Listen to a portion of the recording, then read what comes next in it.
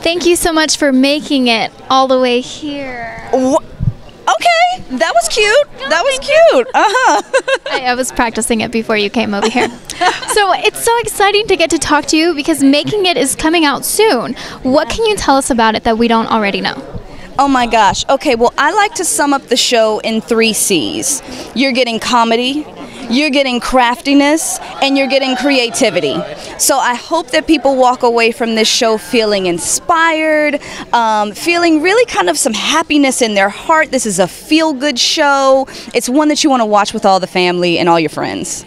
Now, what was it like behind the scenes? I know you guys filmed, it was in kind of like a barn, but then also kind of outside. What was that like for you? First of all, it was gorgeous. That's the first thing. So not too shabby of an environment to wake up in every day. And then being able to work with Amy, Nick, and Simon, and of course all of our makers, it was just incredible. Amy and Nick had us in stitches each and every day. And it was so inspiring to see what the makers created and to see their growth along their journey. I loved every second of it. Now, if you were on the show yourself, I know you're a judge, but if you were on the show, how would you have handled that? Like, are there certain things that you would have done? Oh my gosh, well, I may have cracked under pressure. I don't know. Because, you know what, here's the thing. I am not an expert crafter, but I love to learn, obviously from Etsy sellers and from all of the makers from the show. My skills don't compare to anything that these people created, so I wouldn't have even been invited on. What can you tell us about the whole behind the scenes interactions between all of the judges?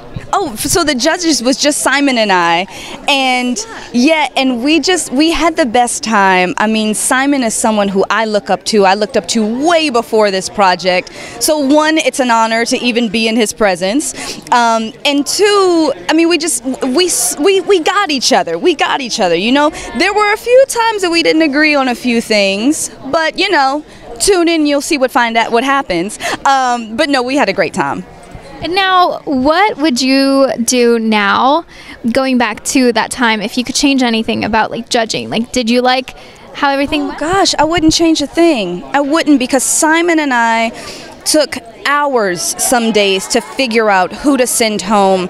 Listen, I watch reality shows just like anyone else. When it's the other way around, you say, send them home. No, it was hard. It was hard.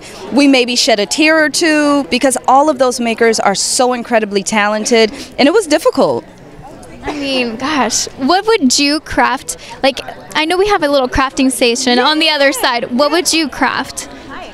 I'm digging the sunglass station. I mean, I saw someone who created an ombre effect, which I'm digging. I love it. But I love the fact that with crafting, you can set out the same 5 materials and have 20 people walk in and they can all be different because you're channeling your creativity.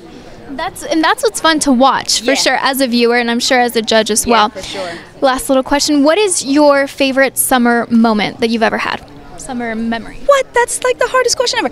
Hardest? Okay, my best summer memory. Well, I will say I grew up in the South, and one of my favorite old school craft projects are I guess they're really weeds. They're not even real flowers, but the little daisies, and then you make the daisy necklaces.